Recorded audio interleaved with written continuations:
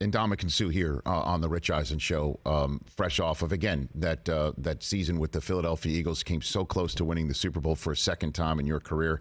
You played in 3 of them. Yeah, three Super Bowls. One here with L.A. When they moved over here, and then we unfortunately lost to the Patriots. And I told Tom when we got to Tampa together, man, you owe me one. So we went and took care of business his first year that he got down there. How does he respond when you say to him, you owe me a Super Bowl? I imagine. There was some choice words that I'll keep between us. But, I mean, overall, it was just more or less having fun and just interacting with each other from that standpoint. No hard feelings, because actually I still have hard feelings because we played, I believe our defense played an amazing game that year. Oh, yeah. Unfortunately, just couldn't put up enough, enough points. I know there was just one touchdown scored in that Super Bowl. Yeah. And then let's talk about the one that just occurred. Yeah. When you see the James Bradbury penalty call, you think what? I think it's unfortunate. It's technically a hold. As a ref, if I was in that position, maybe I'm biased. I don't call that. I let that play go on, especially seeing that the receiver wasn't even able to get anywhere near it, and the ball was clearly over his head. But then also from that standpoint, I take that play completely away.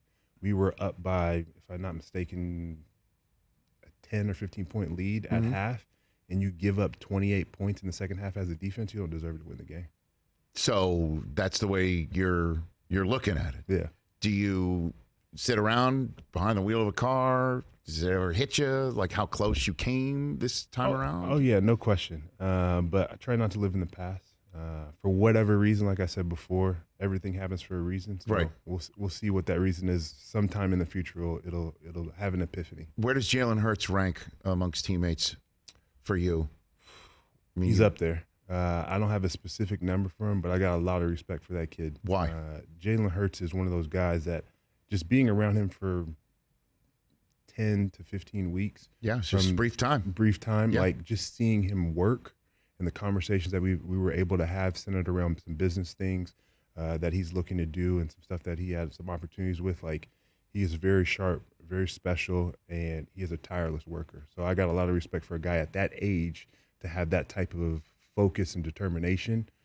He's going to be in this league for a long time. Well, I mean, you're an umpteen-year veteran here in Ndamukong. So what is he's picking your brain on business opportunities? So we have some mutual friends. Warren Buffett? No, not Warren Buffett. Okay. That one I've been super lucky with. There's not many people that are fortunate enough to have that relationship. So it's a great one. But we were actually talking about some business in and around marketing. And one of my passions in life is I've been able to be exposed to a ton of different things in life. Yes. Especially because of being an NFL player.